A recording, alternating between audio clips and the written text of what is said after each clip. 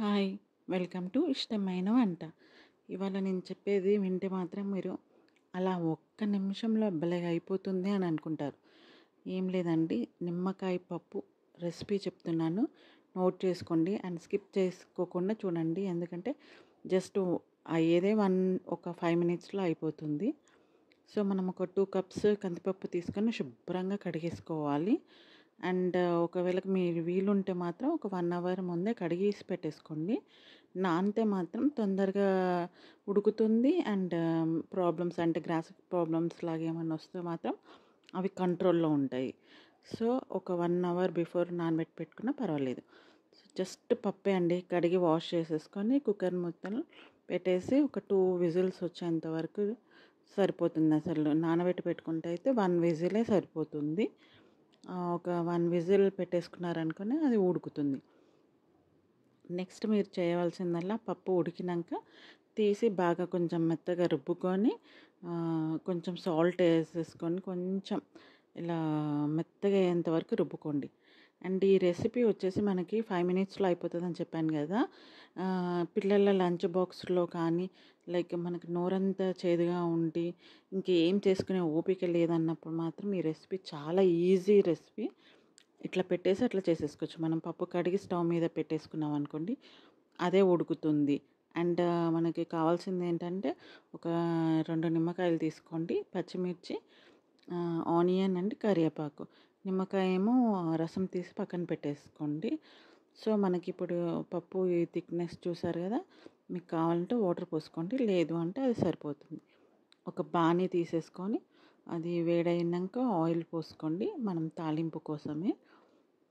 మీకు ఓపిక లేక ఆనియన్స్, పచ్చిమిర్చి కూడా లేకున్నా సరే తాలింపు వేసేసుకున్నా కూడా సరిపోతుంది. కానీ టేస్ట్ మాత్రం వేరే లెవెల్‌లో ఉంటుంది. ఒకసారి ట్రై చేసి చూడండి. ఓపిక లేనప్పుడు, నోరు బాగలేనప్పుడు, ఇంట్లో కూరగాయలు లేనప్పుడు ఇలాంటి రెసిపీస్ అయితే భలే వర్కౌట్ అవుతుంది. అండ్ నూనె కాగినంక మనకి ఆవాలు, జీలకర్ర అండ్ కొన్ని ఎల్లిపాయలుంటే ఎల్లిపాయలు వేసుకోండి. అండ్ పసుపు కొంచెము. అది వేగినాక ఎండుమిర్చి వేసేసుకోండి. అండ్ మనకు ఆనియన్స్ కట్ చేసుకున్నాం కదా! మీరు ఒకవేళ అది కూడా లేకపోయినా స్కిప్ చేసుకోవచ్చు, ఓపిక లేకుండా ఉంటే మాత్రం.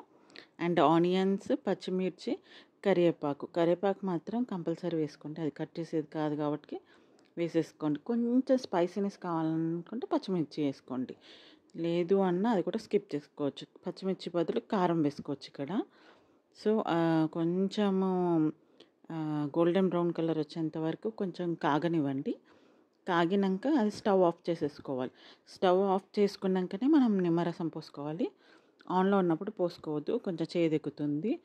సో, ఎంత అంటే జస్ట్ 5 మినిట్స్‌లో అయిపోతుంది. మీకు తొందరగా కావాలంటే ఉప్పు వేసుకోండి, అది మగ్గుతుంది. సో, స్టవ్ ఆఫ్ చేసుకున్నాక మనము నిమ్మరసం పోసేసుకొని ఆల్రెడీ బాయిల్ చేసుకున్న పప్పు ఉంది కదా! ఆ పప్పు ఇందులో వేసేసుకోవడం. అంతే, యమ్మీ టేస్ట్. చాలా అంటే చాలా యమ్మీగా ఉంటుంది. సో, ఒకసారి ట్రై చేసి చూడండి. స్పీడ్‌గా కూడా అయిపోతుంది 5 మినిట్స్‌లో.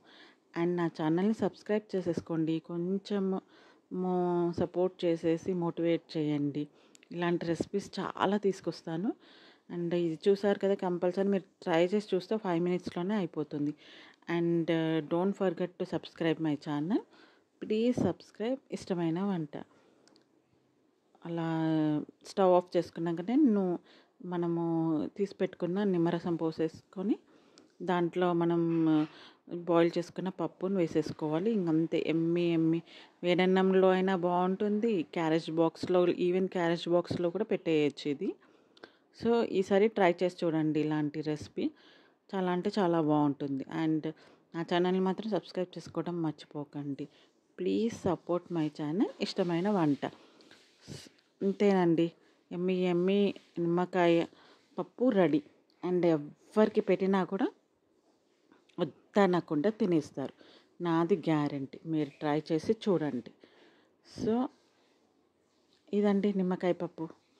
5 నిమిషాలలో అయిపోయే పప్పు.